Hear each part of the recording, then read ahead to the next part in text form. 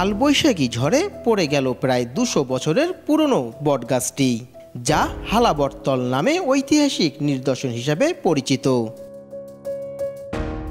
বটগাছটির উপরে আরও ৩টি গাছ যুক্ত ছিল, পাইকর, আম ও বকুল ফুল। বিভিন্ন স্থানের লোকজন এ স্থানে এসে মানত করতেন। ঝড়ে বটগাছটি উপড়ে পড়ে যাওয়ার খবরে দূর দূরান্ত থেকে লোকজন আসছেন গাছটি শেষবারের মতো একবার দেখতে। গাছটির এমন দশায় মর্মাহত অনেকেই। প্রত্যেক শুক্রবার মানুষজন এখানে মানত করত, খিচুড়ি দিত।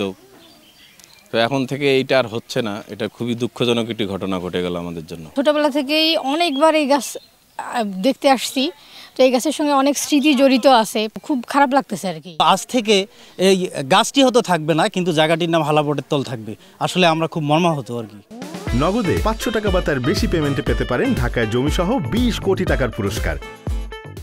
প্রচলিত ছিল গাছটির পাতা ছিঁড়লে বা ডাল ভাঙলে ক্ষতি হয়, তাই এ গাছের পাতা কেউ ছিঁড়তেন না আর ভাঙতেন না ডালও। তাই বটগাছটি পড়ে গেলেও এখনো কেউ কিছু সরাননি। শত বছরের ঐতিহ্য এই যে হালা বটের তল, এখানে দেখলাম যে মানুষ একটা পাতা পর্যন্ত নিয়ে যায় না। এটা হচ্ছে মানুষের ভিতরে ভয় যে যদি গাছটা যদি ডালপালা নিয়ে যায় এটা আমাদের ক্ষতি হতে পারে। ইতিপূর্বে হয়তো অনেকে কাটছিল, কিছু ক্ষতিগ্রস্ত হয়েছিল, এই জন্য এই ভয়ে কেউ কাটাকাটি করে নাই। বটগাছটির স্থানটি একটি দর্শনীয় স্থান হিসাবে পরিচিত ছিল।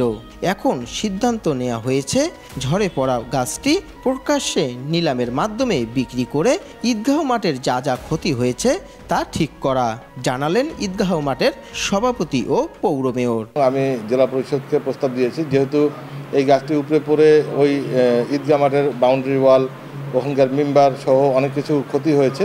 এই জিনিসগুলি পুনর্নির্মাণ করার জন্য যে অর্থের প্রয়োজন, সেই অর্থটা যেন এই গাছ বিক্রির টাকা থেকে যেন এটা দেয়া হয় এবং এই কাজটি যেন সম্পন্ন করা যায়। ঐতিহাসিক নিদর্শন হিসেবে ঝড়ে পড়া এই বটগাছটি ১৯৮০ সালে প্রত্নতাত্ত্বিক বিভাগের তালিকাভুক্ত হয়।